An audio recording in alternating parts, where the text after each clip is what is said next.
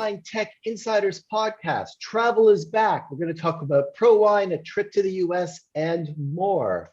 Today, we have our insiders with us, Nick from Wine Owners, Jonathan from Bottlebooks, and of course, Laurie from Oushinery. And in this pod, Laurie's going to take over. She is not stuck at home, but stuck in Lisbon. And the rest of us have been traveling. So she's going to ask all the important questions. So exactly, stuck is not the right word. Lisbon is fantastic, but I did not take a plane or any train in the last week, but everybody else has. So I'm curious, and I'm sure our audience is. So ProWein. So I was earlier this week. David and Jonathan, tell me more. How was it to meet people in person? It was great. It was great to get back and see people again. The numbers are easy to report. They had 5,800 exhibitors, 38,000 visitors from all over the world. The numbers were obviously down to last year. I don't think anybody expected anything other than that. But on the flip side, what is a bit more difficult to report is, how did it feel? And I think the general feeling was that the meetings were good. People came prepared. There was not as much, lower valuable people walking around just tasting, but not making deals. The layout worked, from my opinion, the layout worked great. The hallways were increased, or the passageways were increased from 3 meters to 5 meters. You could see the stands. You weren't constantly bumping into people. And obviously, that does cost more to spread people out. But it really changed the feeling. Over in Italy, one of the associations had done a chromatic scale of all the wines of the region. And something like that, you do need that 5-meter walkway to be able to appreciate. And from our perspective, the people we wanted to speak with were there. And it was great getting the team together, great getting out and connecting with people. How did your tech go? Yeah. Tech, how did it go? So we talked with a lot of people about our push into sustainable events, helping people go paperless, and that seems to be the zeitgeist of the moment. Like, just events organizers are adapting with the changing times much quicker than pre-pandemic, I would say. And the paper catalog, I think its days are numbered. So I think that was what we took away, is that there's definitely a push towards sustainable events, and less paper usage. We also talked with a lot of people about the incoming EU legislation around putting increased nutritional information on back labels. And that was also very interesting. We heard a range of feedbacks from, we're already starting to work on it, even though it hasn't been officially approved by any governments, but we know it's going to take us 18 months, so we have to start now, to what legislation. So it was very interesting to get out and talk to people about what's coming to the wine industry near you, with regards to labeling requirements. Yeah, I was curious. We heard a few anecdotal good reviews of Wine Paris. I think there were a number of people who said that the food's better, or the hotel rooms are cheaper because there's just more availability. Dusseldorf can get very expensive. And I think people are also at Wine Paris happy just to get back together. And so I was very curious to see whether ProWein could hold it off. And I think they got that. It was good enough that they'll get people to renew for next year, that it will come back strong. But Wine Paris is on the rise. And if they can get all of their, France can get together that's would obviously be the most powerful kind of competition that they could have. Certainly, you know, I mean, it's very interesting. There was this idea even a few months ago that, hey, we're happy working from home. You can do a Zoom call. And I think, hopefully some of that will stay, but certainly I think this in-person stuff has come back and come back very strong. And people are just, we're social beings, and we like to see, hopefully we can avoid those little meetings that we had to travel for before just to take specifications down or that kind of stuff. But if once a year everybody meets somewhere, that's probably a good thing. And it could be at ProWein, it could be somewhere else, but we probably need one place where we can all congregate and complain about, the flights and the hotel who's being expensive or whatever, the cost of this. But I think that's quite helpful. And yeah, and I thought the spirit from everyone was quite relaxed and quite good. Excellent. So what about, what was your experience of meeting people in person, Nick? As you believe you did a bit of a US tour.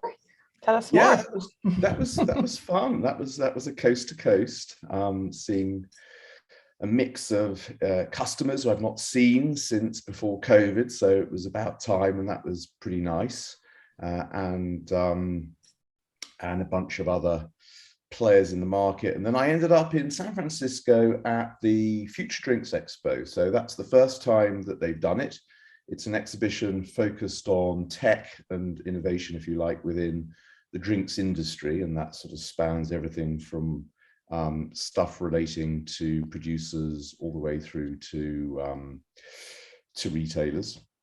Okay. And I think it was good. It was the first time they'd done it, as I say. So that's always, it's always a bit of an experiment, as is, I guess, a drinks exhibition where no drinks are served, because that's definitely an innovation. And I think that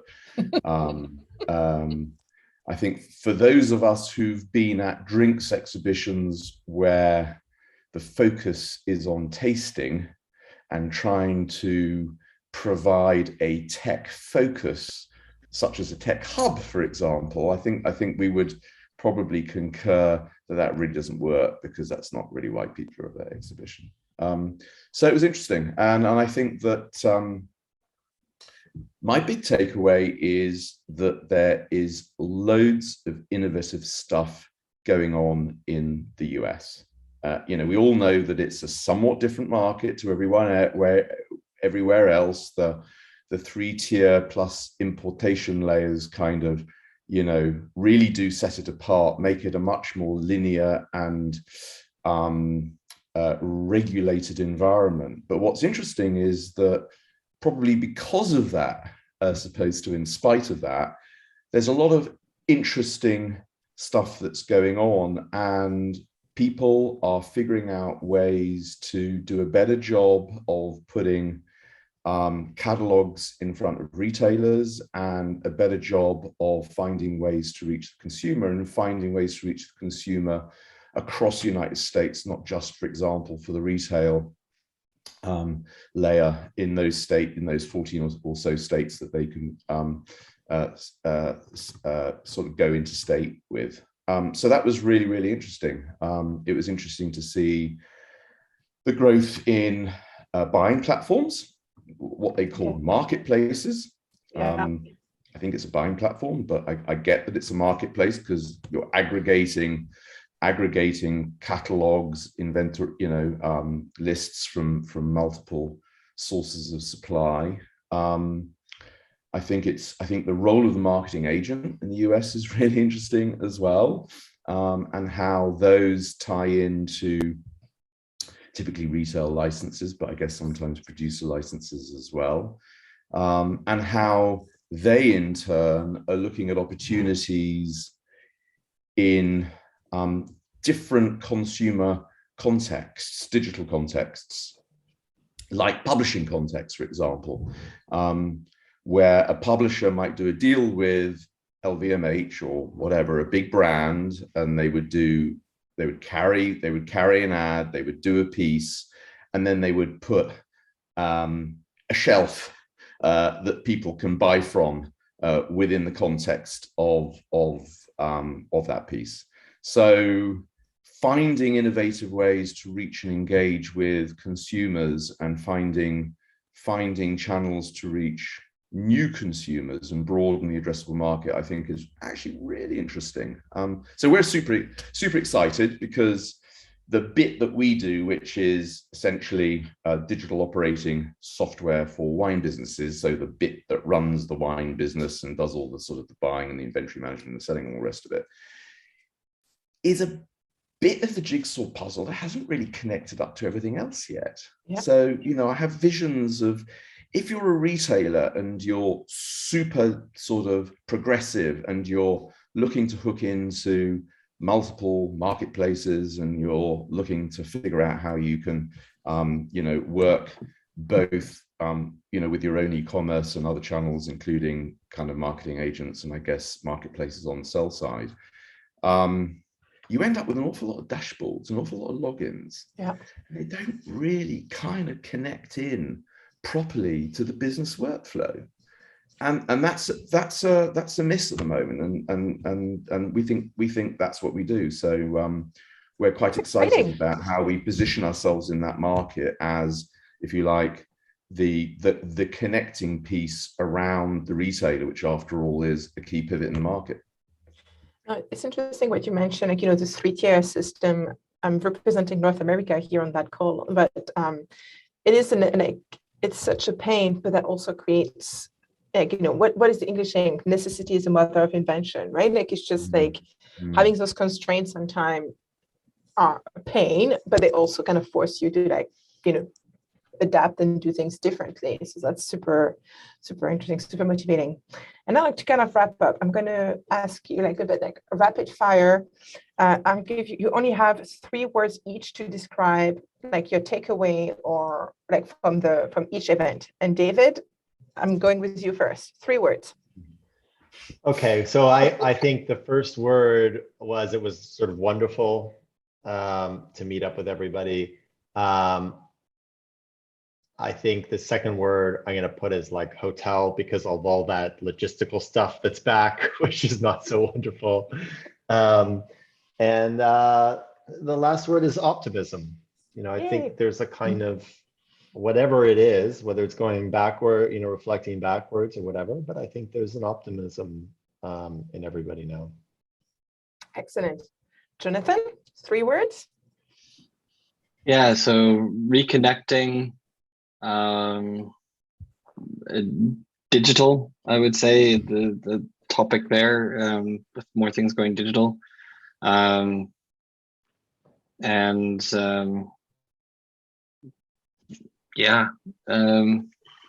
Mayweather in Dusseldorf. Let you go to beer gardens instead of beer color, and it was, I have to say, yeah, going for dinner outside in Dusseldorf was nice.